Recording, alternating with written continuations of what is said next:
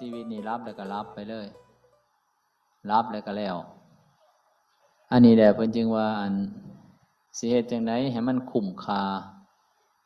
คันนี้จากคำสอนพระพุทธเจ้านี่แม่นบ่คุ้มค่าเด้แต่ถ้าเฮ็ดตามคำสอนนี่คุ้มจังว่าพวกเฮามีโอกาสได้เฮ็ดนำทำตามคำสั่งสอนของพระพุทธเจ้าให้มีความภาคภูมิใจและให้มีความตั้งใจจักหน่อยชีวิตเฮามันก็ใส่ไปมันก็เบิดเด้เพิ่นว่าใส่ชีวิตแต่ว่าการดำเนินชีวิตนี่ด้วยการใช้ชีวิตนี่ให้เฮาสังเกตหาความสุข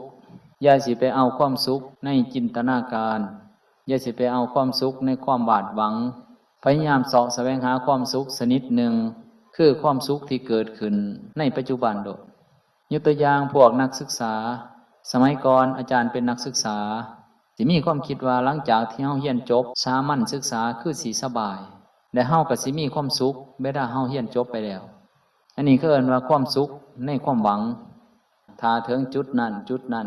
แล้วเฮาสิได้ความผาสุกอันนี้อาจารย์อยากให้ลบสองสิ่งนี้ออกไปจากความคิดความสุขในความหวังกับความสุขในจินตนาการแล้วก็มีความสุขที่พระพุทธเจ้าเพิ่นยอมรับคือความสุขที่เกิดขึ้นจากการทำจิตใจให้สงบบ่ว่าสิเป็นแม่ค้าเช้าขายบ่ว่าสิเป็นนักธุรกิจการงานบ่ว่าสิเป็นอิหยังก็ตามต่างจากครูบาอาจารย์บ่มีความหวังคือแต่ละองค์เพิ่นบ่ได้คอยมีความหวังหยังใดเพราะฉะนั้นเพิ่นจึงมีความสุขไปในทุกๆมื้อบัดนี้การใช้ชีวิตของเพิ่นใช้ชีวิตอย่างมีความสุขคือว่าชีวิตเพิ่นเบิดไปมื้อหนึ่ง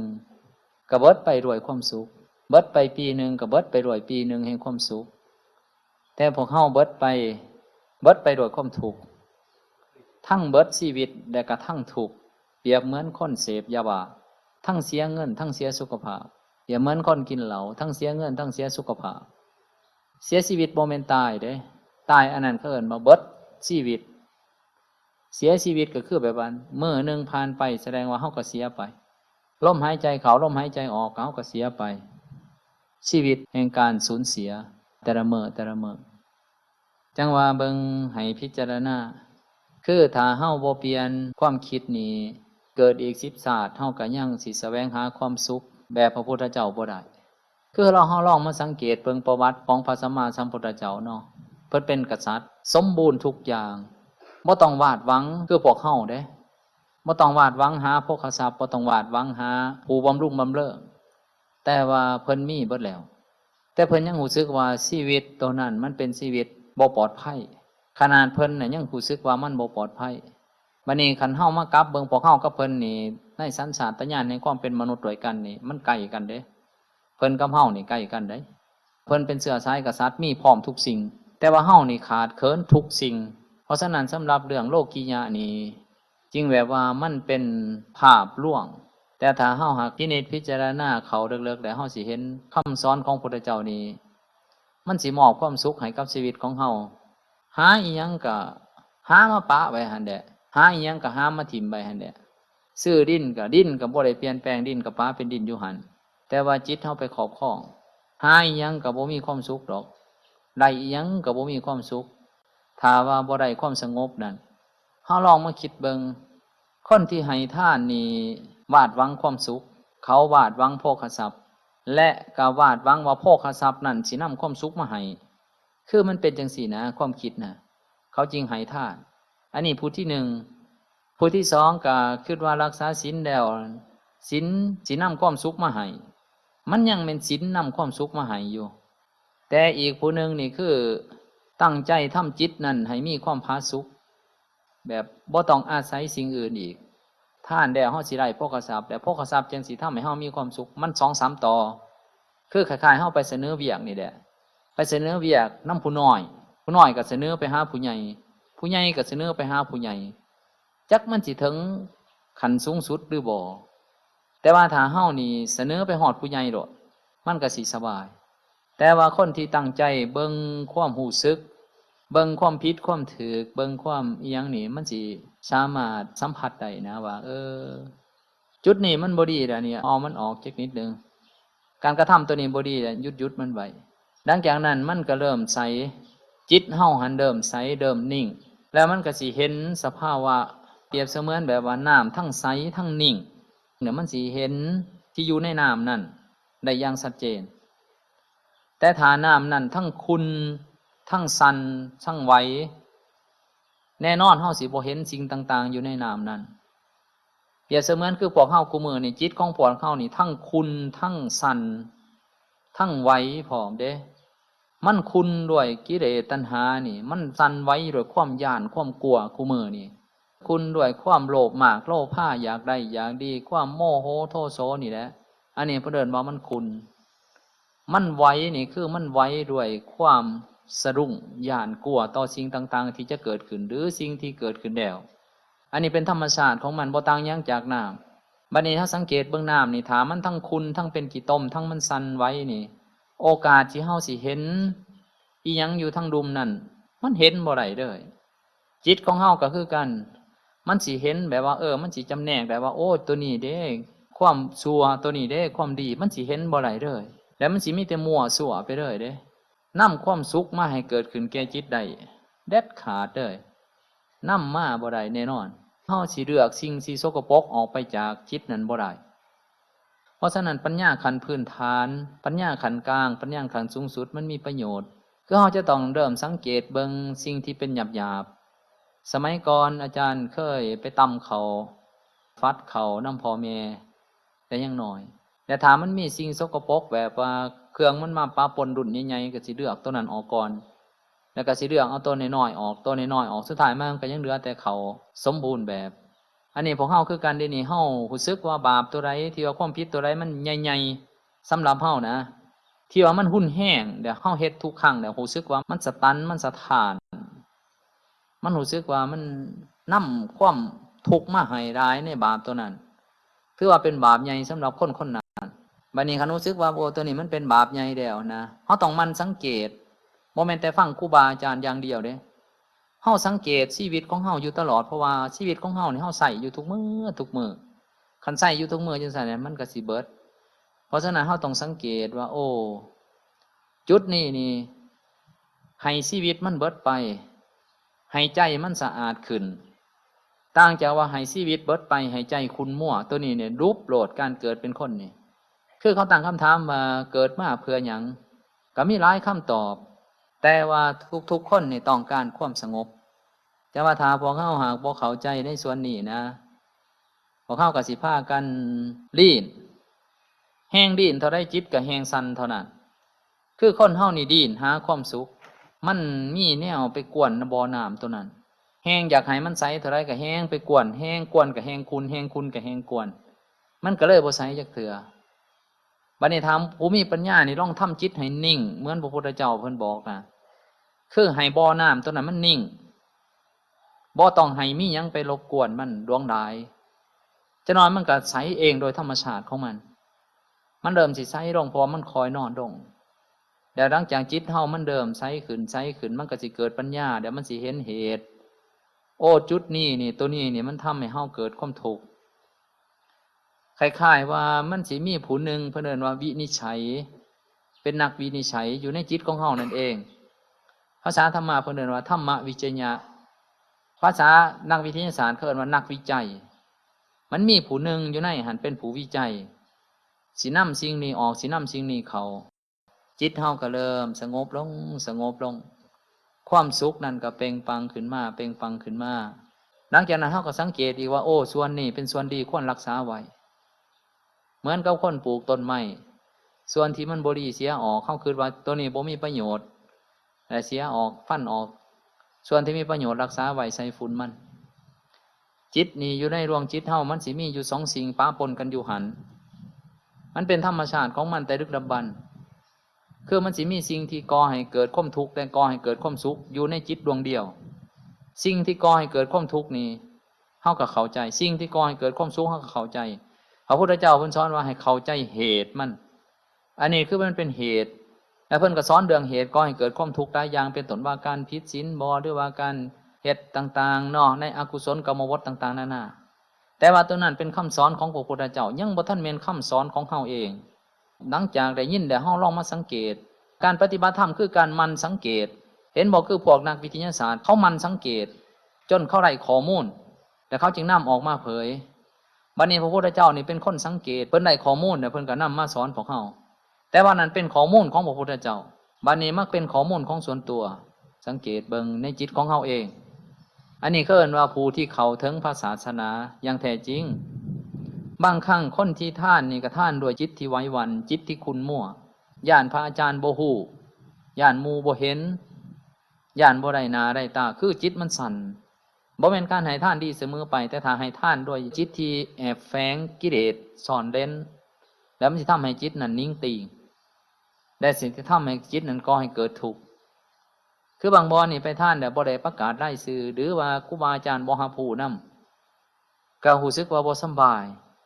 มีความคิดว่าย่านบ่ได้บุญแต่ความเป็นจริงบ่แม่นจังซั่นการทำบาปนี่ครูบาอาจารย์บ่ฮู้เฮาก็ยังได้รับบาป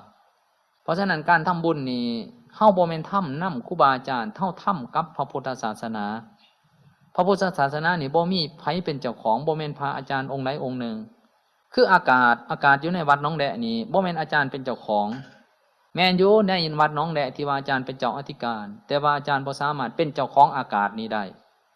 คือทุกคนสามารถหันใจเอาอากาศอาจารย์ก็บ่สามารถที่ว่าหึงหวงได้อีกทุกคนที่มาอยู่ในนี้ก็ต่างคนก็ต่างมีหูหลังไผหูหลังมันก็สูบเอาไผเอามันถึงอาจารย์สิฮู้หรือบ่ฮู้ก็ตามทุกคนนั้นก็ได้ลมหายใจได้อากาศไปใส่ปอดหันใจอยู่ตลอดเวลาบุญนี่ก็เป็นเหมือนกันกับอากาศคือบุญมันมีแล้วอยู่ในพระพุทธศาสนาบ่แม่นของอาจารย์องค์ใดองค์หนึ่งบ่อนบุญที่แท้จริงนั้นคืออยู่ในใจของเฮาเพราะฉะนั้นความรู้สึกเจตนาที่ก่อให้เกิดนั่นบ่ว่าเฮาสิก่อให้เกิดอยู่ในสถานที่ใดก็ตามเจตนาเฮาว่างลงในพระพุทธศาสนามันก็ก่อให้เกิดบุญในสถานที่นั้นๆในจิตของเฮาเองบ่จำเป็นที่จะต้องให้คนอื่นมาหาผู้หรือให้พระพุทธพระธรรมพระสงฆ์หาผู้แต่อย่างใดบางเทื่อทำความดีนี่ก็แอบแฝงด้วยกิเลสซ่อนเข้ามาหลายอย่างจังว่าบางครั้งบางคราวเฮาก็จงพยายามบางคนนี่เห็นโมให้ทานหรือเห็นโมรักษาศีลจังซี่เฮาบ่มีโอกาสหรือเฮาบ่มีต้นทุนของทรัพย์ก็เกิดความไว้วันใจมันไว้วันขึ้นมาว่าโอ้คือบ่คือโมคือกองเพราะฉะนั้นบ่ต้องไว้วันนอด1เฮามีใจ2เฮามีความสังเกตการอยู่ในจิตของเฮานั่น1คนที่ว่าให้ทานแล้วเกิดความเสียใจย้อนว่าอาจารย์นั้นบ่ฮู้จักเสียใจย้อนว่าบ่มีคนยองเสียใจย้อนว่าคนอื่นบ่เห็นความดีของเฮาคิดสิได้เด้สิได้เงินคันเฮาไปทานอยู่วัดอื่นเฮาคือสิได้ชื่อได้เสียงคิดน้อยใจมันมีผสมระหว่างบาปกับบุญผสมอยู่ในคนนี้บาปคือจิตที่มันเกิดความไว้วันเกิดความสันสะท้านย่านแต่ว่ามันบ่ถึงขนาดย่านหุ่นแห้งคือย่านผีย่านสางแต่ก็ยังมีความไว้วันอยู่ในหันอีกคนที่2นี่ทำจิตให้นิ่งบ่ได้มีอีหยังให้ทานนะโมมีแต่สังเกตเบิ่งว่าโอ้จิตของเฮานี่บ่ได้ไว้วันด้วยเหตุผลอย่างอื่นเขาเอิ้นว่าผู้นี้นี่จิตสิขาวสะอาดได้ไวผู้นี้ฮู้ต้นเหตุของมันแล้วมันมีหลายประเด็นมันมีหลายอย่างเพราะฉะนั้นที่ว่าการเฮ็ดอีหยังกะยาของพวกเฮานะให้สังเกตเบิ่งความไว้วันของจิตนั่นจิตดวงนั้นถูกทำลายอย่างสาหัสเลยสำหรับคนที่ว่าบ่เข้าใจธรรมะมันสิมีความตกใจมันสิมีความสะท้านอีหยังหลายอย่างหรือว่าเฮาหาลูกบ่เห็นหรือว่าเฮาได้ยินข่าวว่าผัวเฮาไปมีเมียน้อยเฮารู้สึกว่าเฮานี่เป็นโรคมะเร็งแต่จิตดวงนั้นมันสิเกิดความไว้วันขันหุ่นแห้งขันไว้วันเนี่ยมันเกิดความทุกข์ซ้อนขึ้นมาโดดเด้เปรียบเสมือนน้ำที่มันยังมีขี้ต้มอยู่ในพื้นถ้ามันติ่งปุ๊บเดี๋ยวมันสิขุ่นขึ้นมาโดดเด้อันนี้คือการขันมันไว้ปุ๊บเดี๋ยวความทุกข์มันมาโดดเด้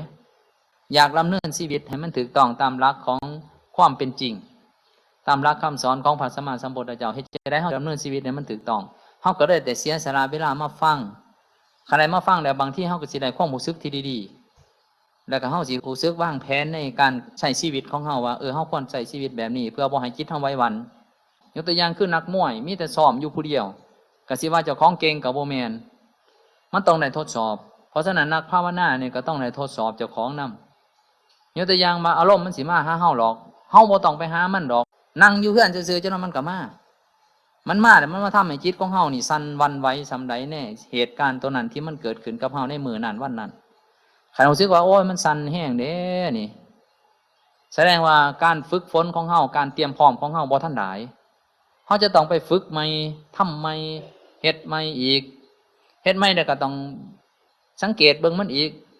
ไม่น่าปัญหาซ้ำนั่นปัญหาขนาดนั้นมานี่ความไว้วันมันยังซ้ำเก่าบ่เห็นบ่ประเทศญี่ปุ่นเขาประสบกับแผ่นดินไหวอยู่ตลอดแต่เขาก็สิมีความคิดสร้างตึกขึ้นมาแบบว่าแผ่นดินไหวก็บ่สามารถที่จะทำลายเขาได้บัดนี้คือพวกเฮานี่เป็นนักวิจัยอันหนึ่งเวลาปัญหาคือมันมาปุ๊บนี่จิตเฮามันไหวหวั่นเดี๋ยวมันสิทำลายเฮามันสิทำให้เฮาเกิดความทุกข์ความทรมานบัดนี้เฮาจะต้องสร้างเกราะป้องกันสร้างวิธีการมันมีแล้วในพระพุทธศาสนาเพียงแต่ว่าพวกเฮาศึกษาได้ค้นคว้ากันตั้งใจฟังครูบาอาจารย์ตั้งใจกำหนดจิตของตัวเองเดี๋ยวพวกเฮาก็สิสามารถเป็นผู้หนึ่งที่ต้านทานแผ่นดินไหวจิตใจที่ไหวหวั่นเนาะบัดนี้ถ้าหากเฮานี่มาสังเกตว่าถ้าเฮาจิตไหวหวั่นตลอดมันสิบ่นิ่งมันสิบ่นวลแสดงว่าเฮานี่หาความสุขได้ยากคนนั้นมาแต่มีปัญหาเขามาก็วูบโดดจังซี่นะมันว่ำโดดน้ำตาก็คูยาวโดดเป็นหยังน้ำตาคนมันจึงออกเพราะว่าจิตนั่นมันถูกคล้ายๆเฮาปั่นผ้าเด้เฮาปั่นผ้ามันมีการบีบเต่งหรือว่าเฮาอิ่วอ่อนจังซี่มันมีการบีบเต่งมันก็น้ำมันก็ไหลออกมาบัดนี้จิตมันบีบเต่งธาตุน้ำนั่นก็ธาตุน้ำก็ไหลออกมาบีบเต่งด้วยความเป็นทุกข์อันนี้เป็นข้อคิดเนาะในมื้อนี้ คืออาจารย์เองก็สิได้เว้าตั้งแต่ซ้ำนี้ในงานนี้เนาะหลังจากนี้ไปก็สิได้มอบภาระให้กับพ่อแม่ครูบาอาจารย์เพิ่นเนาะเพราะว่าเพิ่นเดินทางมาหลายองค์แล้วอาจารย์เองก็อยู่กับทีแน่แล้วก็สิได้เว้าให้ฟังอยู่ตลอดเวลาแต่ว่าครูบาอาจารย์จากนี้ไป2มื้อนี่แม่นก็สิมอบงานนี่ให้กับพ่อแม่ครูบาอาจารย์เนาะเพิ่นได้ดำเนินไปตามแบบแผนของเพิ่นเนาะอาจารย์เองก็ทำจิตให้มีความปลื้มปิติยินดีในส่วนที่ว่าครูบาอาจารย์เพิ่นมาเนาะบางครั้งอาจารย์นั่งไปก็มันรู้สึกว่ามันมีความสุขมันบอกบ่ถูกเนาะเป็นจิตไว้วันอีกอันหนึ่งแต่ว่าอาจารย์ก็สังเกตมันอยู่อันนี้ก็เป็นจิตไว้วันอันหนึ่งถามว่าดีบ่แต่ถ้ายังในส่วนการปฏิบัตินี่ถือว่าดีแต่ถ้าที่ส่วงสิตัดกระแสทั้งหลายทั้งปวงนี่ถือว่าจุดนี้ก็เป็นจุดอีกอันหนึ่งเปรียบเสมือนหลวงพ่อชาเพิ่นว่าหัวงูกับหางงูคือความดีใจนี่เป็นหางงูความเสียใจเนี่ยเป็นหัวงูคนเตะหมอกบ้านไฟฟ้านี่เตะปึ้งเข้าไปมันกระลอนออกมาเตะแห้งกระลอนแห้งเพราะฉะนั้นผู้ใดดีใจแห้งคนนั้นก็ต้องไว้วันกับความเสียใจแห้งคือกันบัดเวลาความเสียใจที่เกิดขึ้นเพราะฉะนั้นถ้าผู้ใดอดทนต่อความดีใจได้เวลาเขามีความดีใจเขามีความภาคภูมิใจยังอดกันไว้ได้สามารถมองเห็นปัญหานั้นได้เพราะว่าความไว้วันชนิดเดียวกันแต่ว่ามันตัวมันเป็นขวนบวกกับขวนลบเท่านั้นเองก็พอดีสมควรแก่เวลา